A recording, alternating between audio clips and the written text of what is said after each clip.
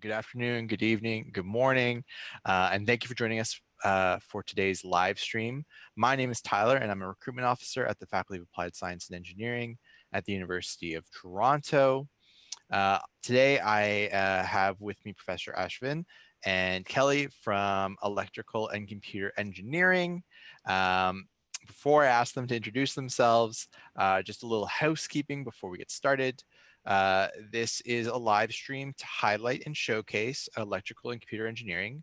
So please keep that in mind, as we will not be taking any admissions-based questions on screen. However, my colleague Erin, who is on the chat, will provide you with contact information so you can connect with us for any admissions-based questions you may have. Additionally, if you have any questions about the program, as I said earlier, you're welcome to ask them in the Q&A, as the chat function has been deactivated.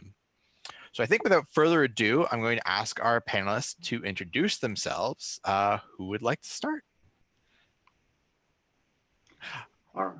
Ashvin, please.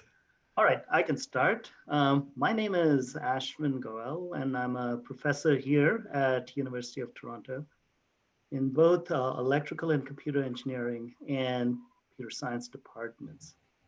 My research spans various areas in system software, including operating systems, networks, and it focuses on building very large-scale, reliable, and secure systems. And I teach several courses in electrical and computer engineering, including operating systems and computer systems programming. I'm also the director of recruitment in electrical and computer engineering. So I help out with many of these recruitment events and hope to make sure that you have enough information so that you can make informed decisions about your undergraduate education. Great, all right. Hi, everyone. My name's Kelly, and I'm in third year. And I was originally in track one, and I'm now in ECE. And I'm from Toronto. I lived in residence in first year, and I've lived off campus with friends since. And I'm here to hopefully answer any questions you have about the student side of things, the student experience. And I'm excited to talk to you guys. Great. Well, thank you both for joining us today. I actually think I'm going to start with a great question that's come in through the Q&A, and it's something we were talking about before. The question here is, I don't really understand ECE. Are they separate programs? Why are they always listed together? Is there anyone who would like to start with that? Sure, I can start. There is a little bit of complexity here, so I'm going to keep this very simple. There is electrical engineering and there's computer engineering. In our department at University of Toronto, both of these disciplines are taught as part of one department, and that is why we call ourselves electrical and computer engineering. But when you graduate, you actually get one of these two degrees. You don't get an electrical and computer engineering degree. You either get an electrical engineering degree or a computer engineering degree. Okay. So in terms of the courses you take, there's actually a lot of overlap, but for the application process, it is separate. But you will take the same courses. Electrical and computer engineers take all the same courses in first and second year. Yeah, I think that's a key point to that question, is that you are taking those same courses. I think building off of that, the question is, what is electrical engineering? Professor Ashvin, would you be able to start us off on that one? Sure. I have this written up because I copied it from Wikipedia, because it's hard to define precisely because it's so broad. So let me actually tell you what Wikipedia says for a second. The electrical engineering applies laws of physics and information to develop electrical, electronic, and computational components that lie at the core of all large-scale engineered systems today. It began in the 19th century with the commercialization of electrical power systems and the electric telegraph. And today it includes all kinds of areas such as energy and power systems, electromagnetics, fields, waves, biomedical engineering, electronics, photonics, controls, communications, signal processing. It goes on and on. But here's a simple way to describe it. If you're thinking you understand electricity, it's part of electrical engineering, but that's where it starts. It goes on from there to really both a lot of theoretical aspects, as well as building aspects, as well as engineering aspects. And it sort of lies at the core of all kinds of systems today. Excellent. Kelly, anything in addition? That's covered a lot of what I wanted to say. But I guess you can think about it as, electromagnetic waves is definitely fundamental to a lot of electrical engineering. And it's like designing things that manipulate electromagnetic waves or harness certain properties and study them. And as Professor Gul said, that goes from everything from, okay, we have an energy system to robotics and control systems, signal processing. Unfortunately, it's very hard to define electrical engineering without being a bit reductionist and not capturing the nuance. Fair. I think the second half to this question, that considering this is the ECE program live stream, is what is computer engineering, and what's the difference between that and computer science? Kelly, you want to go first? I can go first. I think you should, seeing as you're cross-appointed, I'll let you handle most of the difference between computer science and computer engineering. But computer engineering, it combines areas of computer science and electrical engineering. And again, very, very broad, but I like to think of it as like the design and improvement of digital systems. So that was the definition I came up with, but it ranges from everything from the hardware to the software, and how do you make these systems scalable? How do you make them usable? But also how they work at a fundamental level. So my brother, for example, right now is he's also in ECE at U of T, and he's writing his own compiler for those. So anyway, you can get very, very deep into actually how computers work, which is super cool. That is super cool. Ashvin. Yeah, that's pretty much it. Computer engineering is about really, really understanding at a very deep level how computer systems work. And that involves first understanding them and then developing them. So if you're thinking about, say, processors, computer architectures, computer engineers would build something like that. Or if you're thinking about computer networks, all these pipes that connect all the different computers, how do they work? Is it through optics? They're thinking about all of the ways that computers communicate. And also you're thinking about as Kelly mentioned, the interface between software and hardware. So how does software and hardware get integrated together so that they can talk to each other well? All of the things, these are the kinds of things that computer engineers think about. But they really sort of span the entire stack of systems, computer systems, including all the way from low-level hardware to all the way top to high-level software. Excellent. Well, thank you. Another question that's related to this is, and Ashvin, I hope you might be able to speak to this, is the explaining the difference between ECE and engineering science at the University of Toronto. Would you be able to speak to that? Yeah, the ECE program is primarily focused towards electrical and computer engineering. The engineering science program starts off being more generic. So you can think of them as training all engineers.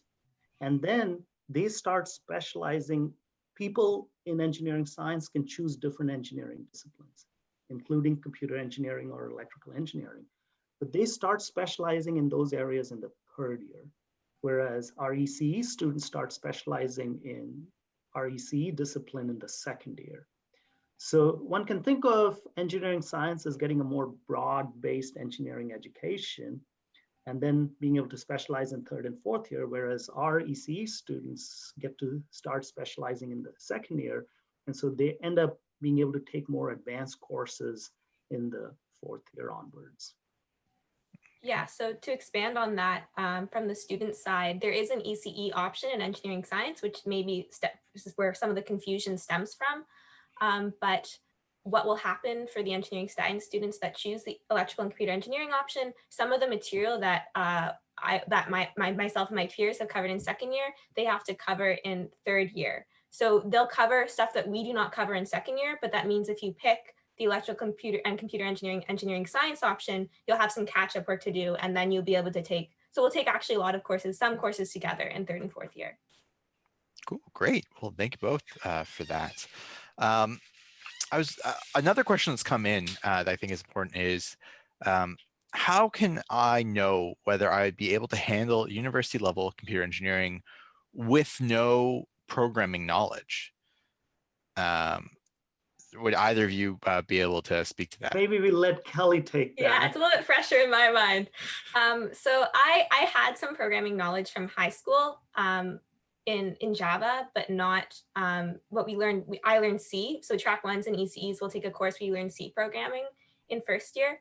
And they start from like the very, very like bottom up. So like you don't have to know anything. They don't expect knowledge at all. It was helpful to have the knowledge going in, but by no means necessary. So I have a couple friends in ECE now who in 1st year didn't know anything about programming.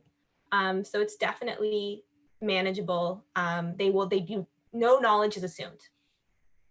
Great. That is good to know, and I hope that does answer that question. I think it does.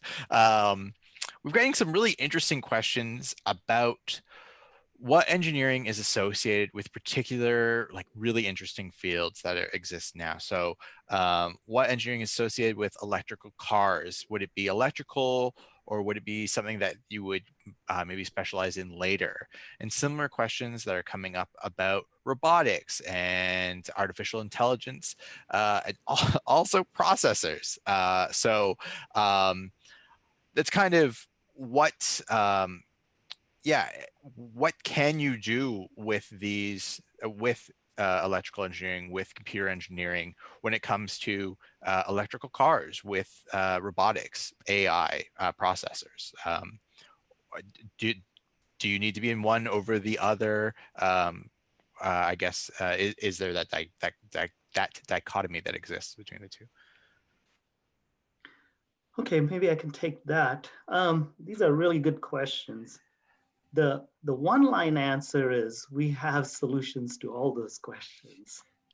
As in the department, there's so much of diversity. There's so many professors who are interested in so many different areas that, especially in the 3rd and 4th year, you're going to have a lot of flexibility in taking the kinds, very, very different kinds of courses, and being able to specialize or, ensure that the things that really interest you, you're able to take courses in those areas. So whether it's artificial intelligence, I'll give you one simple example with artificial intelligence. It's everybody's really interested for good reasons today. But it has aspects that are, very hardware oriented. You could be building processors that will do, machine learning kinds of applications very, very well. You could build software, you could build distributed systems, very scalable systems. And so the gamut of things that are possible with all the things you're talking about. If you're talking about robotics, there's the hardware associated with robots, right? But there's a lot of software, there's engineering, there's mechanical components or control associated with it. There's, of course, electrical components with it. There's processing components. There's lots and lots of software associated with it.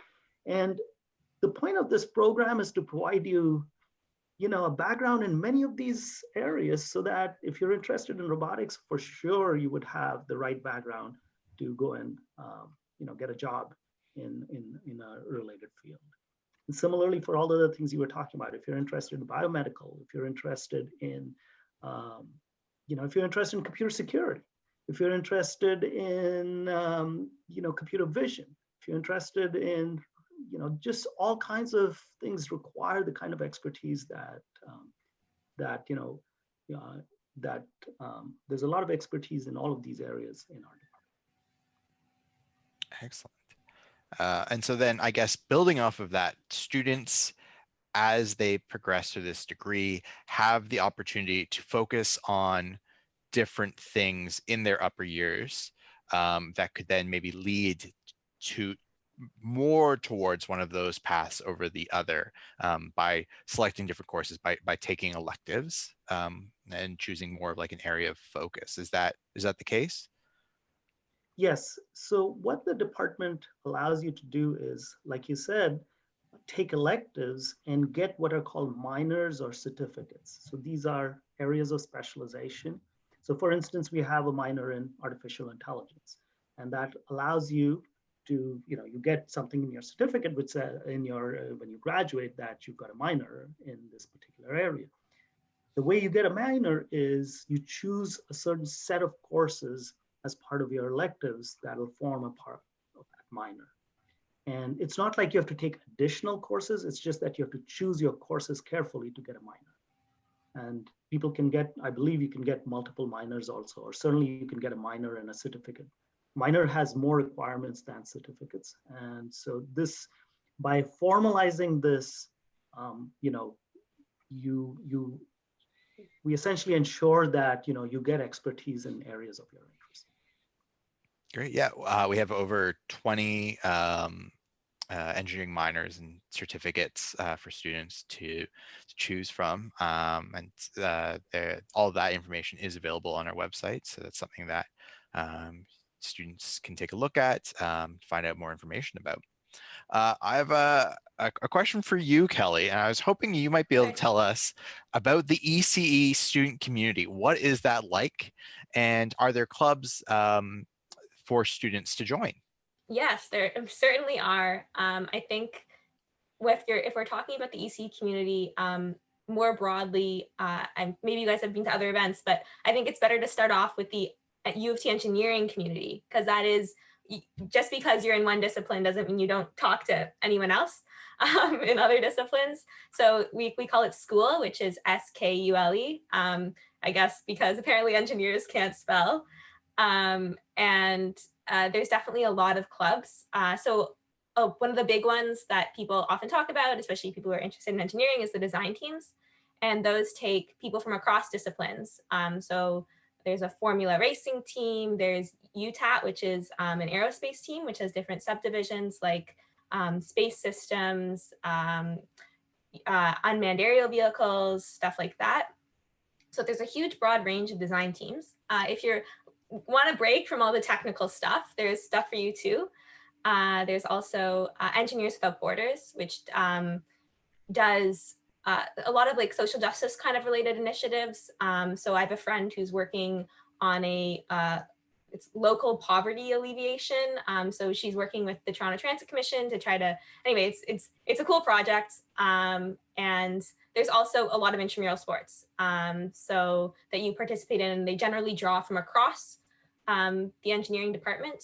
Specific to ECE, there is a discipline-specific club which has been organizing some online events this semester, given the unprecedented circumstances, and is generally available for advice and stuff. But most of the clubs at U of T in the school community are open to everyone, not just to like ECE students or just to chemical engineers or just engineering science students. Great, thank you. Another question that's come in that I think goes back to the difference between electrical engineering and computer engineering is, can electrical engineers do computer engineers jobs and vice versa? So that's, I think, is once you're out in the field and graduated. Ashwin, any thoughts on that question? Yes, the short answer is yes. And the reason is, even though you might be an electrical engineer or a computer engineer, in the second year, all the students in EC do the same courses. So you do get the basics of the other side as part of your second year courses. Now, once you go into the third and fourth year, you do start specializing, but you still have to take some courses off the other side. And so you do get enough background information which will allow you to sort of, if you were to, let's say you were a computer engineer and you start doing electrical engineering, with a little bit of work, it wouldn't be so hard for you to take a job which requires strong EE background, or the other way around. Excellent. Thank you. I was wondering if you might be able to speak to some of the research opportunities that are available to current electrical and computer engineering students. I can speak to that because Go for it. I've done research over the past 2 summers actually. So there are quite a few lots of opportunities. It's a little bit what the tricky thing, unfortunately, comes down to funding often, but there are funding opportunities. So in first year, there's a first year summer fellowship, which I think has been run for the past couple of years. It's relatively new, but it provided a way for first year students to get involved and get funding in order to do research. And the way that usually works is that around, I would say, December, January, you basically cold email a bunch of profs, or you speak to a prof you have after lecture about your interest in working with them. And then if they have availability for you, you will have to apply for funding, so the fellowship, or if you're in second or third or fourth year, there's funding through NSERC called a USRA. It's like an engineering, I think it's Undergraduate Student Research Award. And that is so that's basically a lot of the thing about research is the initiative does have to come from you in terms of contacting the prof, but it can be a really rewarding experience and is a good way to those fields that you guys mentioned as being interested in, such as AI, such as robotics, such as electric cars. Unfortunately, or fortunately, in first and second year, like your course material it's not going to be immediately obvious to you that this is related to an electric car. Like there's a lot of fundamental stuff that you still have to learn. But the research does let you go more into depth and build on what you've learned through your courses to explore those areas and see if they really interest you. And then you can, from there, go more in depth in third and fourth year. Great, thank you. Ashvin, anything else to build on? No, it's just Kelly was dead on, as in it is important for students to contact professors. You can do research with or without funding. If you have funding, obviously it's beneficial. You feel like you're getting paid for doing work. Like Kelly said, there are several different programs. First year students, we have a special program that she mentioned, the first year summer research fellowship. And from third and fourth year, second, third, fourth year on, in those years, in the summer, you can get, this is a federal, like a Canadian level fellowship called the NSERC USRA that allows you to do research with any professor of your choice. Individual departments also have their own fellowships, like engineering science has some research opportunity fellowships. And there's also faculty level fellowships, certain research awards that come all the way from the faculty, not from individual departments. So there's essentially a lot of opportunities available. You have to look for it. You have to be a little proactive to look for it. And you have to contact a professor to say, would you support me for this? What that means is showing some interest, or being interested, first of all, and then showing interest in somebody's research. Ask them what they're doing. And you're like, hey, you do work in quantum computers? That I don't know, tell me more about it. Or, I just want to know more about it. And I've read, some of these things. I'd love to work with you. That's how it starts, right? And I would ask you, let's say that was my area, which it isn't. But if it was my area, I'd say, well, okay, so tell me a little bit about yourself. What are your interests? And what are your skills? What are the things that you know? And if there's a match, many professors work with summer students. To give you an idea, I work with summer students every year. And I've had research papers in which my summer students from second, third years are co-authors. I absolutely enjoy working with them because they're fresh, right? They don't have preconceived notions. And so when they come in, they often have great ideas. There is a little bit of background missing, but we work with them. That with my graduate students will help them. And so we've had a question just come in actually about this. So how does research fit into the chosen program, or is this a separate thing? And I think you've spoken to this to some extent already, but just additionally, what types of research may computer engineers do? So in terms of how it fits into the program, I can definitely answer that. It's a separate thing. You're not required to do research as part of your undergraduate degree. You are required to have 600 hours of practical experience. So that could be in the form of that could be satisfied by a summer research placement, or by our professional experience year, the co-op, or any other work over the summer. But there are options to pursue research. So there's a thesis. You can take it as an elective in third or fourth year. So it would be a credit in engineer, like over the fall or the winter semester, and it would be like a research project over the summer, but it would count as a credit. And then there's also your capstone in fourth year, which is a major design project. And I guess depending on the area in which you do it, it could be because I think some aspects of the capstone is that it has to be, there's got to be something new about what you're doing. There's definitely will be some aspects of research involved in the capstone, I'm sure. Great, thank you. You did mention PEY co-op, so I'm just going to speak briefly about that. So that is the professional experience year co-op, which is our work experience program. That allows students to graduate with up to 20 months of work experience. So 12 to 16 months after your third year of study, so between your third and fourth year, and an additional 4 months that can be completed after your second year. That is completely optional program, so but it is available for students. I think another question, I am just being mindful of the time. So we are getting some other interesting questions that are coming in that I hope you all will be able to assist with. So do you have to be excellent at solving circuits to be able to study in electrical engineering? No, I don't think so. I think there, again, is because it's so broad that if I mean, I don't think you should go into university being like, I'm terrible at circuits. That's not a good mindset for learning. You can, anyway, that's just my own philosophical point. But if you do get to the end of second year and you're like, oh, I hate circuits, as some of my friends did, you don't have to take another circuits course again if you don't want to. But it's so no, I don't think you have to be, it doesn't have to be your favorite thing to do. But I would say that don't leave yourself open to learning more about it and seeing if you like it better than you might think, I guess. Great, thank you.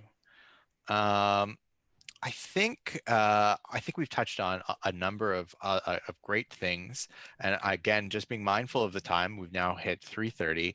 I was just hoping, Kelly and Ashwin, that you might be able to just leave us with some final thoughts for those who are interested in ECE and about yeah, just some final thoughts. Sure. I think maybe I could just talk about some of the things that really make us special. The EC department at U of T. One thing is that we have a very wide range of experts. We have about 80 faculty members in the department. If you're interested in anything that's related to electrical or computer engineering, there's somebody doing it here. Another thing is, we've sort of brought this up earlier, the flexibility in the courses. In the third and fourth years, you have extreme flexibility in the choice of your courses. So you have a lot of professors you can take all these courses from, plus you have so many courses, and we allow you to take those courses. So you have a lot of flexibility. This leads to lots of options for specialization. We mentioned some of them. If you want to get a minor in bioengineering, nanoengineering, robotics, or mechatronics, or artificial intelligence, all of these minors are available. So if you're interested in some area, we likely have a minor because there's so many other people like you that are probably interested in that area. So, and finally, I think Kelly briefly mentioned this. We have a fourth year design project that is a full year project in which it's quite open-ended. Lots of options for creativity. A lot of my students actually that have taken courses, that particular, I've supervised them in that course. They've gone off and tried to start do their startups based on the things they did as part of that fourth year course. So, I think if you're interested in, commercialization opportunities, et cetera, we also have a lot of options on that frontier. Great, thank you. Kelly. I think I want to leave with a point, I guess, more to maybe where you guys feel like you're sitting right now. And that I remember when I was in grade 12 was really stressful about choosing which program to apply to. And like, oh, if I make this decision, then I'm going down this path for sure in my life. And I can't get off this path now. So I've got to make sure I know exactly what I'm doing. But I would like to say that it is, if you get to the end of first year engineering and you're like, you know what, I would much rather be a mechanical engineer, or I would much rather be in chem, it is possible to switch. It's a little bit, again, it's not like it is definitely possible. I've had friends who switch around. So don't feel like every choice you make now is going to decide the rest of your life. You do have time to change your mind and think about things and see what you like. So anyway, I wish you guys good luck, and I hope you're all doing well. Thank you, Kelly. And I think on that really positive note, I think that's where we're going to wrap things up. So again, I want to thank you, Ashvin, and thank you, Kelly, for joining me today. I would also like to thank Aaron, who's been answering all of those questions in the Q&A. If you have any additional questions, please feel free to contact the Engineering Welcome Center at engineering@utoronto.ca. That's our email address, which Aaron will throw into the chat. And that's all. I hope you all have a great rest of your day, or a great start to your day, depending on where you are. Again, yeah, thank you so much. Thank you very much. Thank you, Ashvin. See And you thanks, then. Kelly. Bye-bye. Okay, bye, everyone.